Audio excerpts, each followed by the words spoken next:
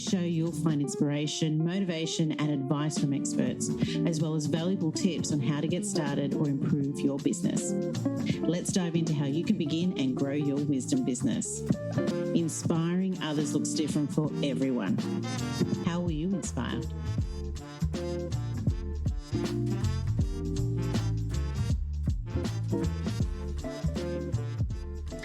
Welcome to the Wise Dome podcast, and today we're chatting with Hazel June. Hazel, welcome.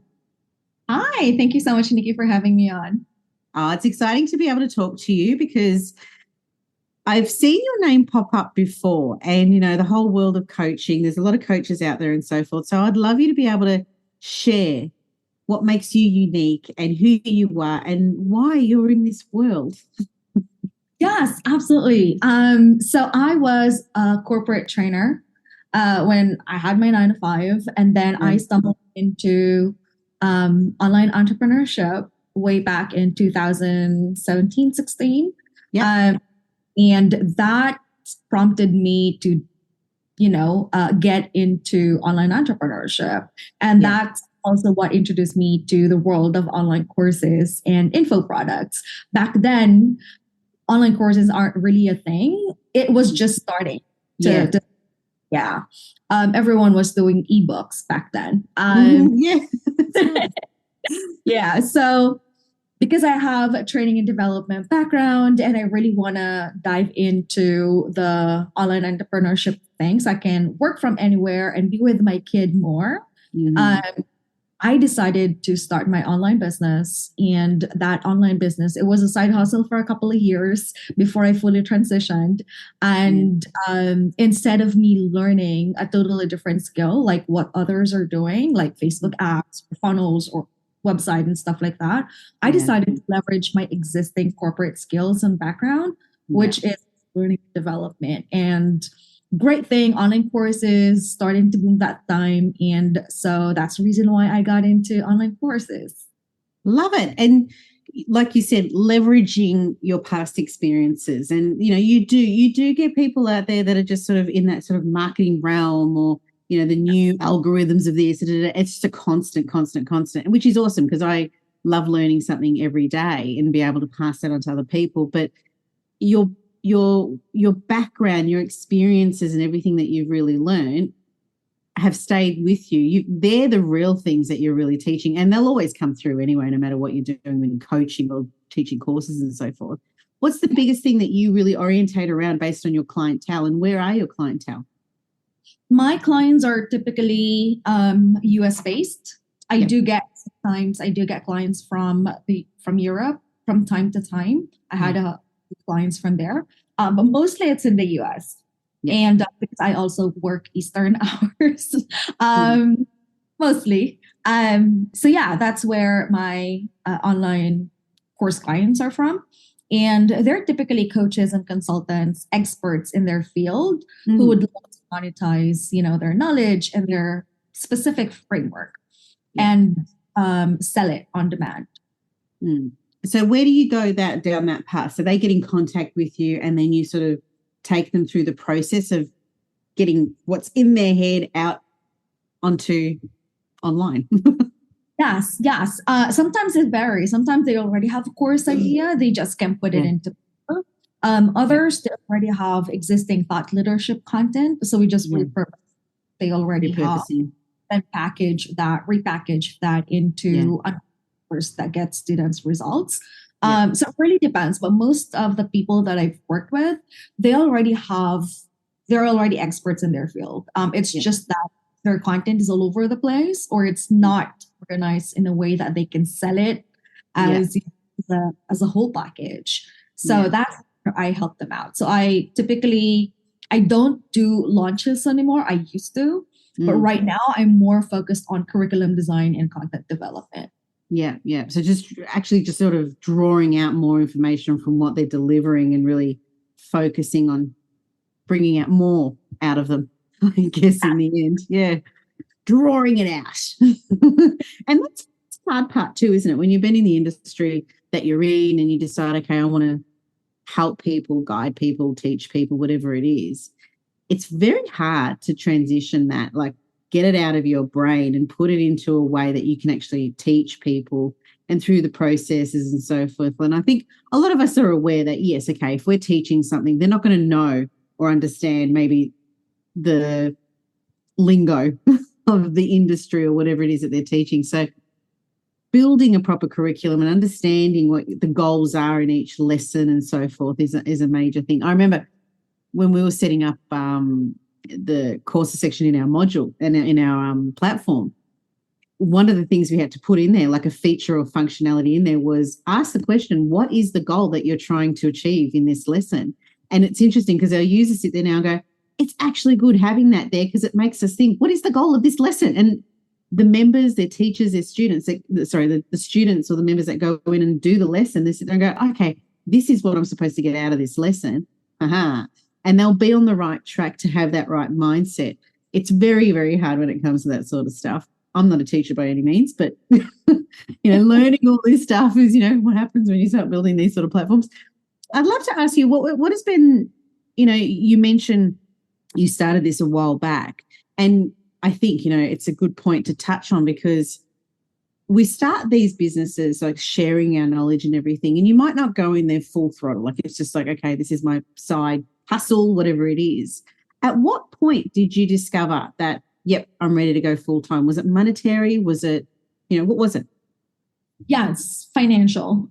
Because I really wanted to be able to work from home. So that's one, schedule flexibility. Yeah. So I can spend more time with my kid because for the longest time, ever since he was born, we weren't really been together. And so I really want to make sure that I make time for that. And so that was like the biggest reason. And then the underlying reason is financial. Because, when you're in corporate, you get a steady paycheck, right? Month.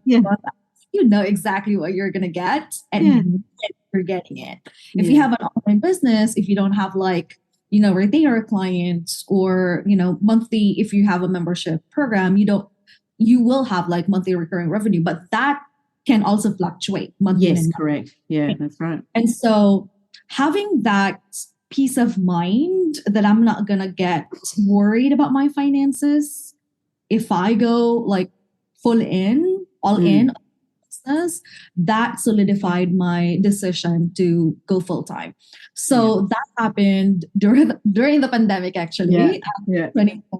When everyone was scared with losing their job, I decided to quit my job because I was able to close a client, and that client is more of a retainer client. So I have like a steady paycheck. So that was my safety net. Sure that, whenever, even if I look for other clients, I know that I still have money coming in from that retainer client so that I don't have to worry about bills and stuff. So that was one of the biggest factors.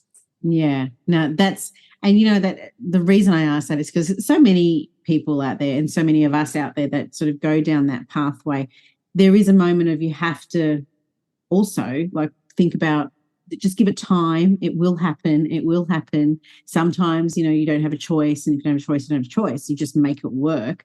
But a lot of the time, we're building this up to share our knowledge, but then be a recurring income where we don't have to be, high touch sort of, in the sense of we don't have to be there as often as well. There's sort of, you're given options, and a lot of it does come down to lifestyle, which is the why. But the how is another one of those things. I'd love to ask you, when it comes to supporting, your clients and so forth, how do you go about supporting them? Obviously, there's that time difference from where you are, and time is time, whatever. But how do you go about supporting them? Is it something where it's just do you do online sessions, or is it more just a email back and forth? How do you support your clients? Yeah, great question. So when I started, I was doing like more of a project-based type of structure for clients. Right now, early this year, I transitioned to more VIP days.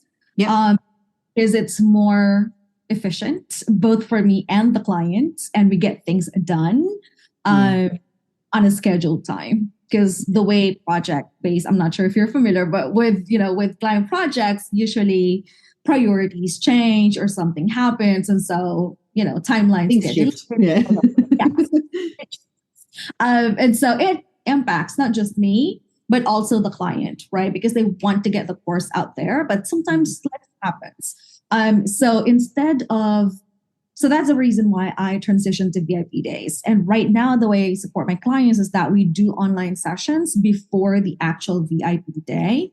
So there is like an onboarding form, what I call a course clarity checklist, where they answer series of questions for me and them to get clarity on what exactly they want to teach and who exactly they want to teach it to. So I have like the course clarity checklist. We do strategy sessions before the actual VIP day, and then the VIP day where we work together. So I work on my thing, on the stuff that needs to be worked on, and the client is going to be available for feedback, for immediate feedback, so that we get things done during the VIP day. And then after that, I also offer a 14-day email support. So anything that they need to ask, or if anything comes up after our work together, they have me to support them. Yeah. 14 days. Yeah. That's actually really good that you have that sort of 14-day email support afterwards, because they know after it's finished, hey, I'm still here. I haven't gone. I'm still around. And do you run a sort of a situation where, those who are a part of, your like the workshopping and everything like that, the VIP days, do you have an area where they can all sort of congregate, talk and sort of share what they're all going through as well? No, I don't have an online community for them. You should get one. Try Wisdom. Yeah. No, I'm joking. Really good idea. I do give them access to like a vault where all of my resources are, so that just in case they need something, they have it readily available. I haven't. That's a really great idea. Like have for a fast, because I know, we run courses, we run coaching, and some people, and I'll offer help wherever I can as well. Like that's why I love talking to you too, because it sparks ideas in me and everything. And I rarely mention the platform in my podcast. I promise you that much. But it's interesting you saying that, because a lot of conversations I hear and so forth, it's I just want to put my information out there and that's it. But when you think about, well, when's the next enrollment, or when's the next crew of people, next following sequence, all that sort of stuff that's going to happen, what's your next offer? Well, where are those people going to come from?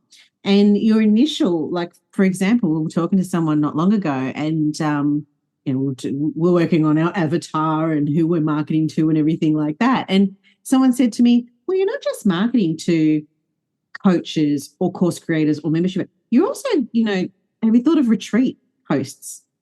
And when you think about those sort of things, it's like, yeah, people run retreats. Yeah. And then those people go to the retreats, but then what happens afterwards? Those people aren't communicating anymore. And what if you want to run another retreat? What, you're just sending an email out and saying, hi, I'm here again, we're running another retreat.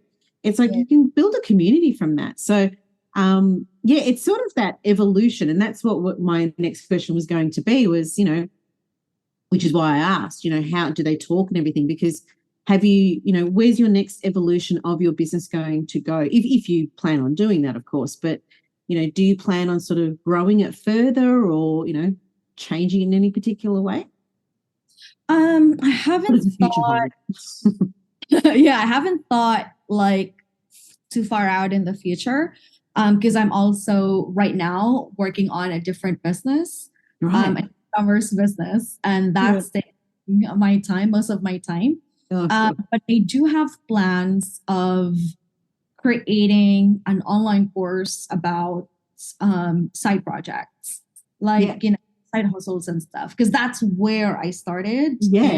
That's where I want to build a community around that and help women transition from corporate to having their own business that replace their corporate income.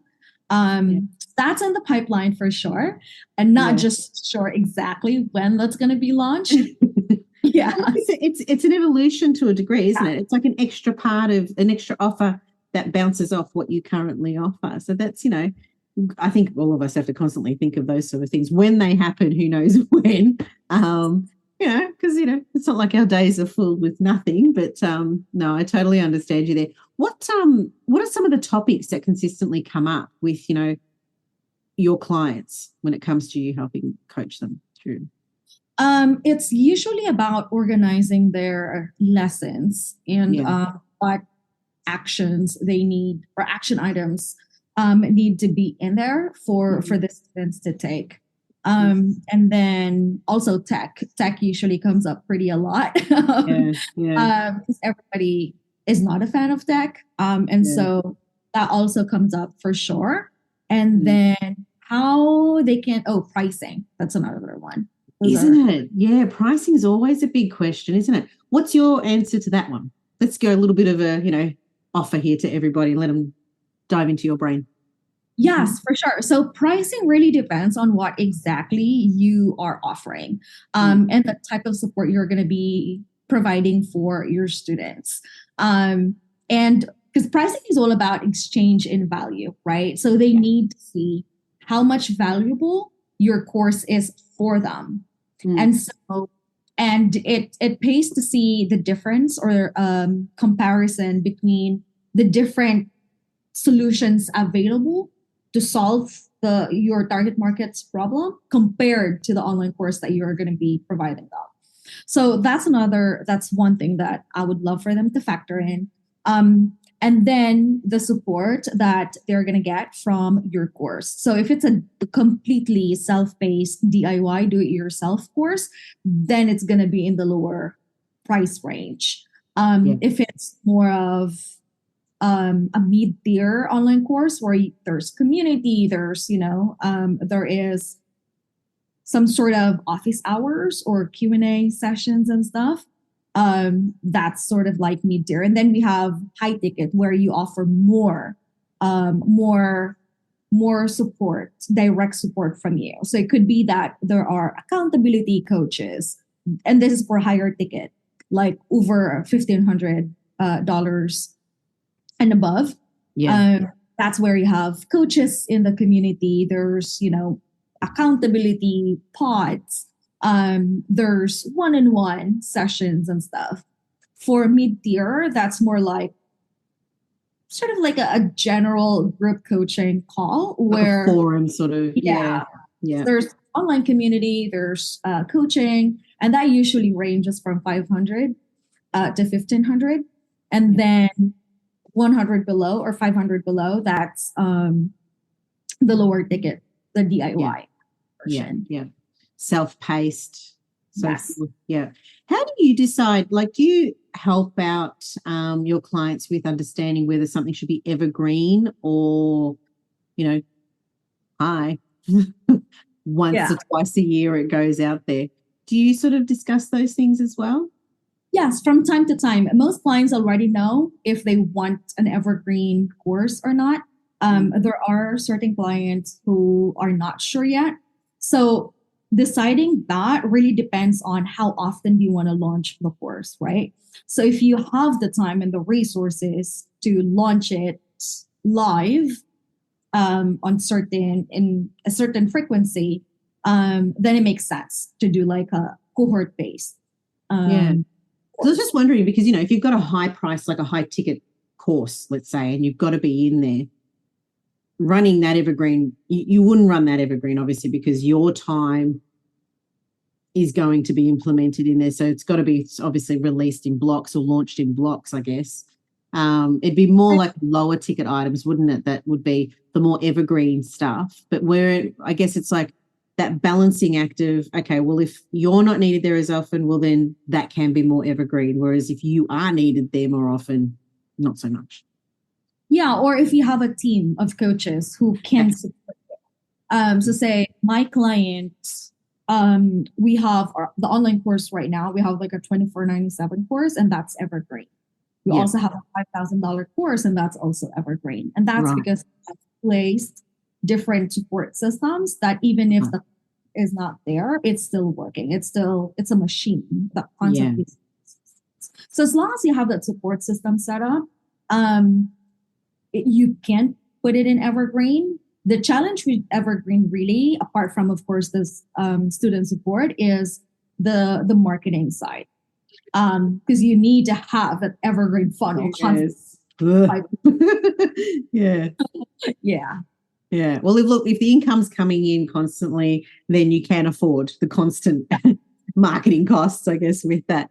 A side question I love to ask my guests is, what legacy are you looking to leave? I'm sorry, what was that? What legacy are you looking to leave?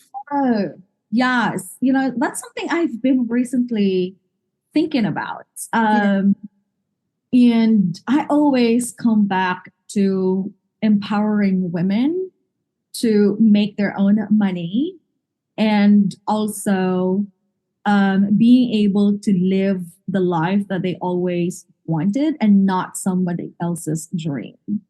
Because I feel like a lot of women, myself included, tend to chase for dreams that aren't exactly ours. And those dreams or goals were influenced by either the society, the environment that you're currently in, your parents, your partner, or whatever it is in your environment.